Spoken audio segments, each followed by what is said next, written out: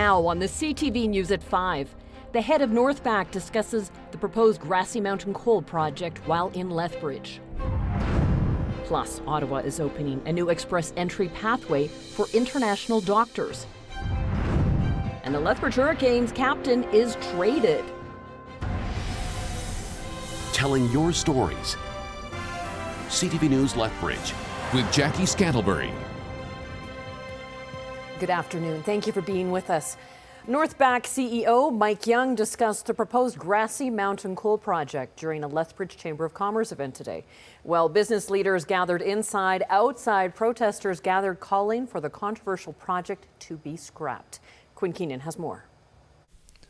About 100 people showed up to protest against the Grassy Mountain coal project outside of a Chamber of Commerce event. The proposed open-pit mine in the Crow's Nest Pass has received pushback over potential water contamination, among other issues. We're fed up with having to express opposition to the Grassy Mountain mine. It was first proposed in 2013. It went through a federal provincial review and it was rejected. Inside the Coast Hotel, local business and political leaders heard a presentation from the CEO of Northback, the company behind the project.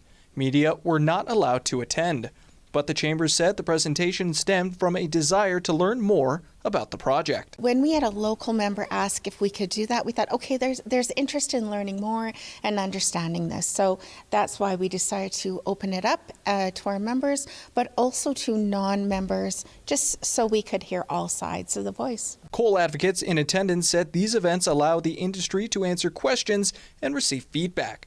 Rena Blacklaws is the former spokesperson for Northback and is now with the Coal Association of Canada. I was here just to listen and learn to what some of the questions were, what some of the concerns were that are surrounding this project. This is an important project for Alberta and an opportunity to look at the plans and have the Alberta Energy Regulator digested. Still, others at the event said Northback was being evasive in answering several questions.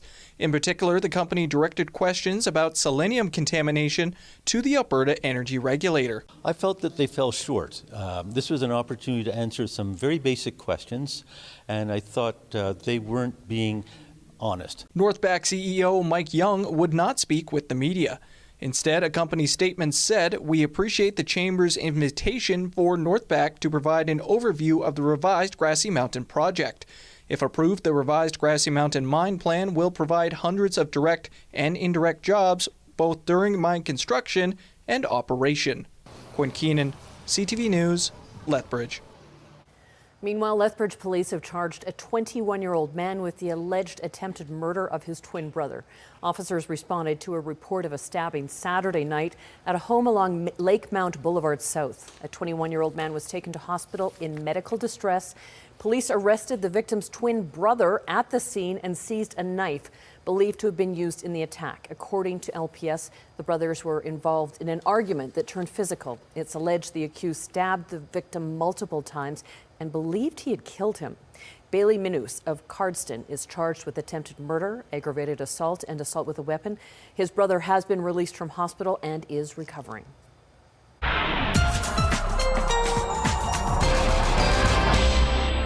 Danielle Zavoni joins us now. And Danielle, a couple of more days of positive daytime highs, and then... We plummet a lot, minus double digits as we go through later this week. Another thing to mention are all the warnings that are in place. So we have wind warnings in place for the far southwest corner, 100-kilometer-per-hour gusts, certainly possible over these next few hours and into early tomorrow morning. South of Medicine Hat, same idea, 90-kilometer-per-hour gusts.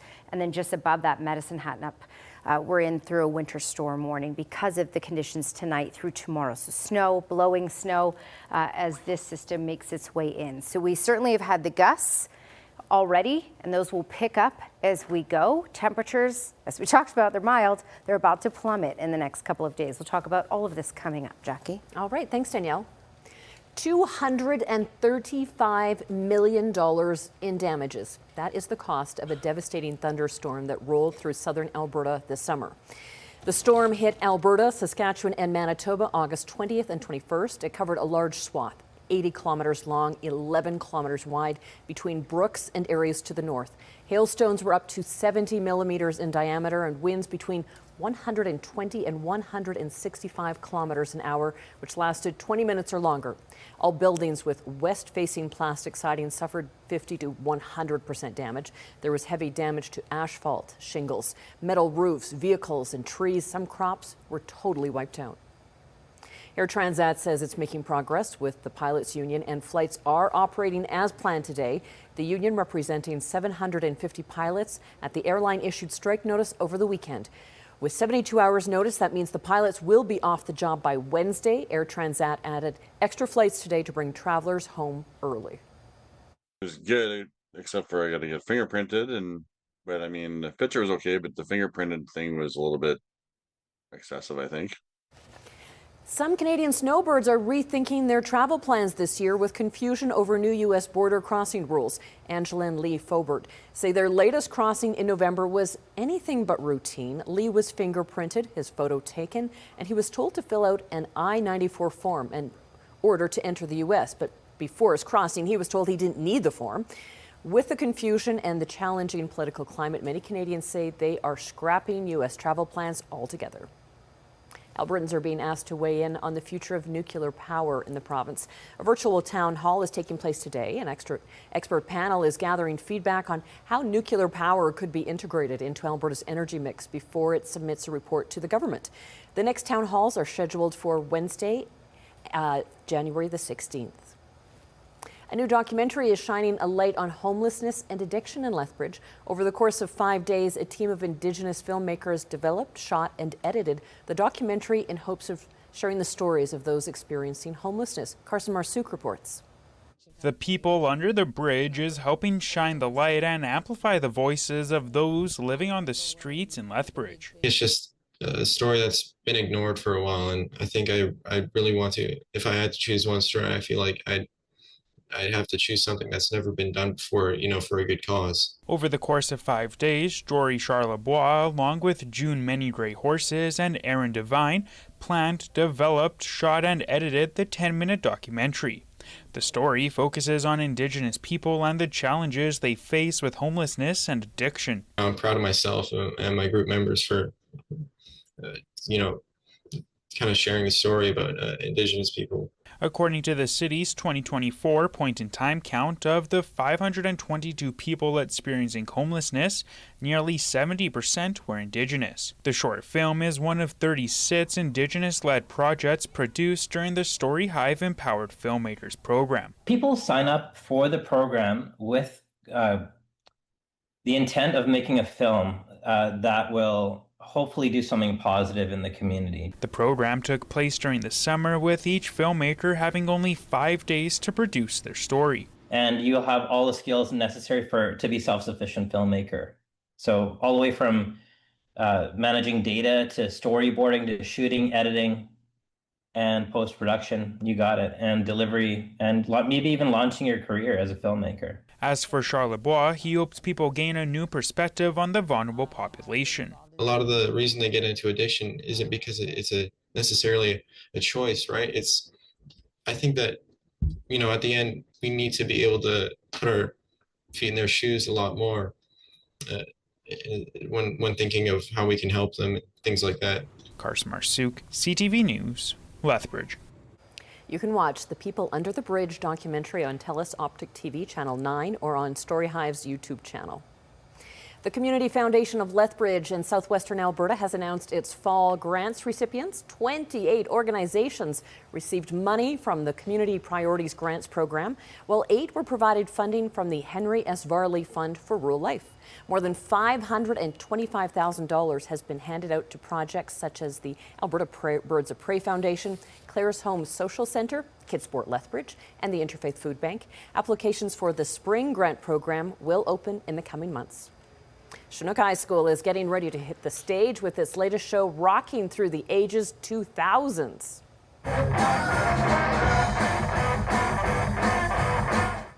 The show features Chinook Rock 25 and 35 students along with guitar orchestra students. In total, 11 bands hit the stage featuring songs from the 2000s era. The 2-day show is being put on by more than 110 students. High energy mixed with some more acoustic acts. There's grade 9s performing. This will be one of their first big performances. Grade 10 guitar program, they're also going to be performing. Chinook's Rocking Through the Ages runs from December the 10th and 11th inside the school's media center.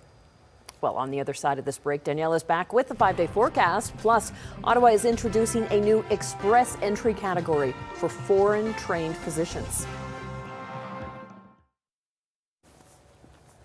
Okay, your Skywatch weather camera. It looks pretty calm out there right now. Calm in Lethbridge other than the gusty conditions. It is fairly windy, and the winds will likely intensify over these next few hours and in some cases be over or up to 100 kilometers per hour. So wind is an issue. We have mixed precipitation on the way, slippery road conditions. We have lots to talk about. 7 degrees was the high so far in Calgary today. We may tack on another before it fully drops for the rest of the day. Much cooler temperatures off to the east, as you can see, -7 in Regina, -11 in Thunder Bay, and minus double digits in through Ottawa, Montreal, and Quebec City. Over to the west, 15 degrees was the high in Victoria. So we're not going to get there this week. We're going to be -15 later this week in many communities. All right, 4 degrees right now in the cities, 5 in Lethbridge, 4 in Pincher Creek, 3 in Medicine Hat, and we have certainly had some gusty conditions. Approaching 90 kilometers per hour is the max gust so far in Pincher Creek today, closer to 70 in Lethbridge and just above 60 in Medicine Hat. Again, this could all intensify over these next few hours and even through tomorrow morning. 100 kilometer per hour gust possible in this far southwest corner. Also 100 kilometer per hour gust possible in Medicine Hat and south. We also have winter storm warnings to talk about. Medicine Hat included in that. Different warnings now from Environment and Climate Change Canada, so it's just all one color. But basically, in this area, it's mainly the wind.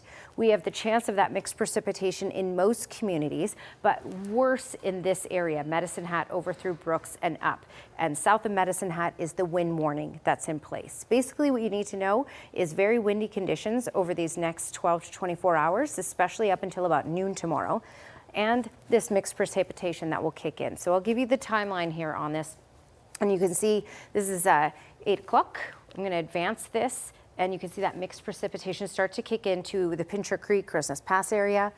It may not in this first wave develop at that midnight hour in the Medicine Hat area, but it should kick in for tomorrow. It could be heavy at times, especially in the morning hours. And again, because temperatures are rising tonight while we're sleeping rather than dipping, it's really interesting with this temperature profile what this can do. And at points it will produce rain, freezing rain, and even some snowfall in the far south. This is a look Tuesday morning, so we may see some more isolated moisture in the morning hours on Tuesday, and then late Wednesday we may get another wave. Basically by Thursday, Friday, Saturday, we're into snowfall, which could be heavy. This is a look at Thursday in the early morning hours. Mixed precipitation certainly possible, and then temperatures will plummet, and it will all switch over to snow, which means under that snow it will be very, very slick, and then the snow will enhance that. All right, East Kootenay area tonight, 10 to 15 millimeters of rain, 8 overnight because we're going to actually rise while we're sleeping. And then tomorrow we're going to drop during the day rather than rise. So in the afternoon we'll be at 3 degrees with some showers. Gusts 100 kilometers per hour possible tonight and through tomorrow morning, dropping to 50 tomorrow afternoon with isolated showers. And then 4 in the afternoon. Gusts 100 kilometers per hour possible tonight and tomorrow morning in Medicine Hat, and mixed precipitation is certainly possible tomorrow morning as well. 3 degrees is our high tomorrow in Lethbridge, but again, in the overnight hours, we're going to rise, and temperatures, because they're all over the place, you're looking at that mixed precipitation and gusts 50 to 100 kilometers per hour. And then by the time we get into Thursday, temperatures drop significantly. We'll be in the minus teens by Friday with heavy snow.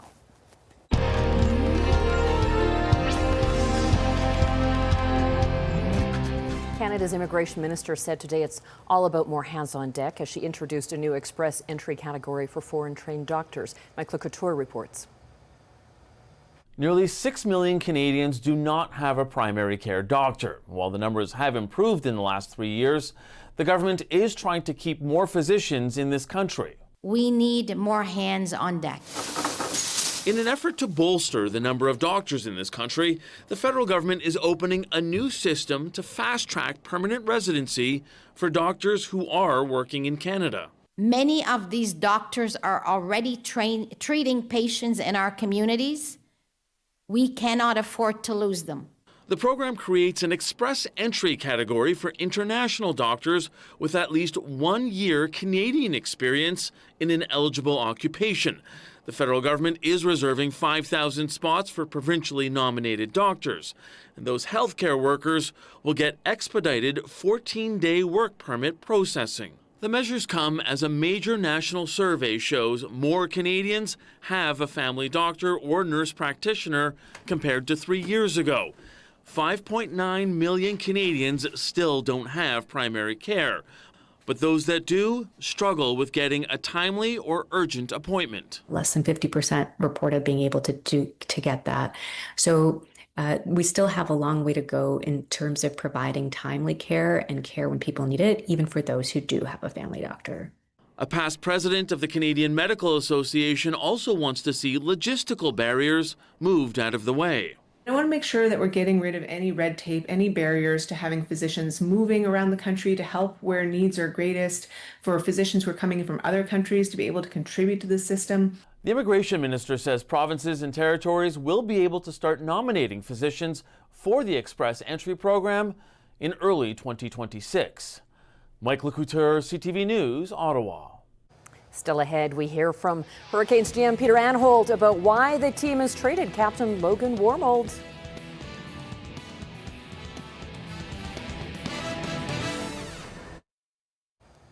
It was a busy weekend for the Lethbridge Hurricanes, both on and off the ice, including a major trade on Sunday. The Hurricanes trading Captain Logan Wormold to the Spokane Chiefs in exchange for 4 draft picks. The 2005-born forward was originally selected by the Canes in the 3rd round in the 2020 WHL Prospects Draft. And since then, Wormold appeared in 266 regular season games, with the Canes recording 243 points.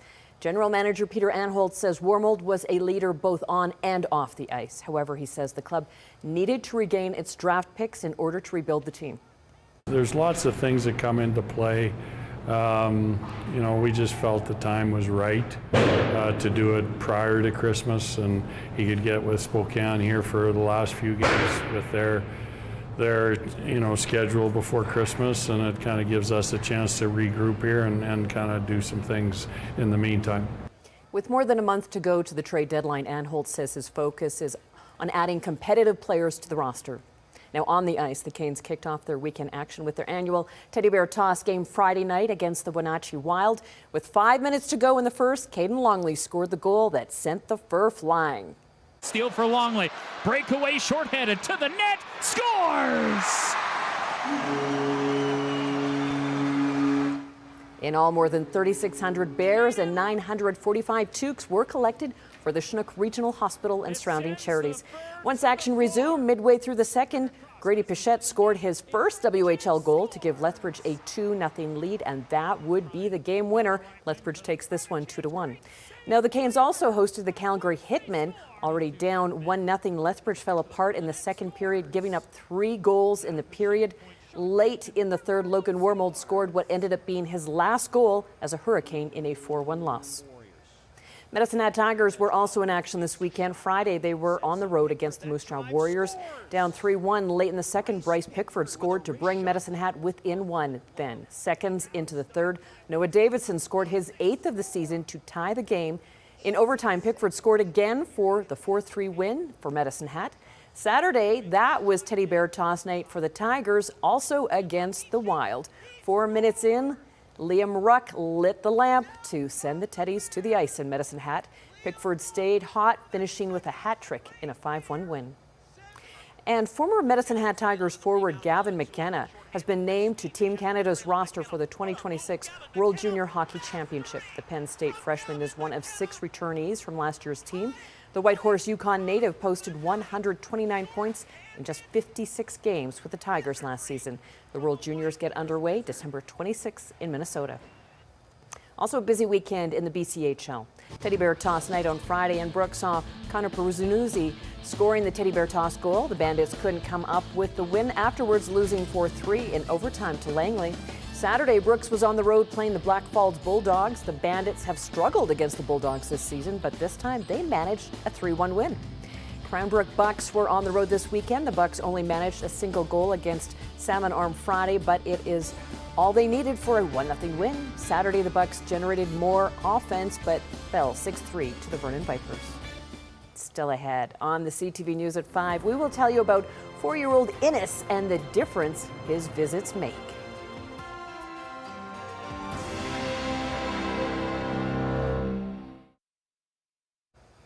A 4-year-old is making a big impact at a seniors' care home on Vancouver Island, and his superpower might just be spreading joy. Adam Swatsky has that story. Well, he's not faster than a speeding bullet, nor more powerful than a locomotive. This 4-year-old is proving to be a superhero. Dynamo. A super name. Dynamo, yeah. Whose not-so-secret identity is Innes Wright. Are we done yet? Are we done yet?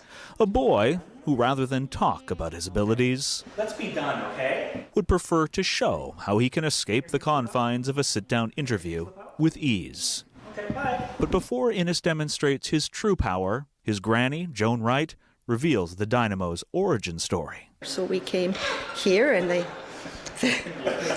While Innes attempts to fix the camera, Joan says she first brought her grandson to this care home for a friend's 80th birthday party, where the boy met Don Monroe, pushing his wife Nancy in a wheelchair.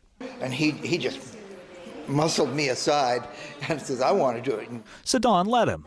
Oh, I thought it was great. Never imagining where the boy would ultimately lead them. He bonded with her instantly. I've never seen anything like it. Well, they certainly never expected for Innes to ask to visit again and again. And now, after almost 8 months of visiting weekly and participating in all sorts of activities with the seniors, to show his exuberance can't be contained. And he just bursts in here and leaps into her arms. It lights up her day when he comes. And she smiles the sort of smile that seemed so ever-present in those years since they'd vowed in sickness and in health, until a recent series of setbacks made that smile increasingly elusive. So, you can imagine how grateful Don feels, seeing the Dynamo bestowing his superpowers on his beloved Nancy. He generates that energy and that love. And that's the story of how young Innes revealed he was the sort of hero who could expand hearts with a single bound. We just love him to pieces. Adam Swatsky, CTV News, Duncan. Thank you for sharing this time with us. Now here is the early edition of the CTV National News.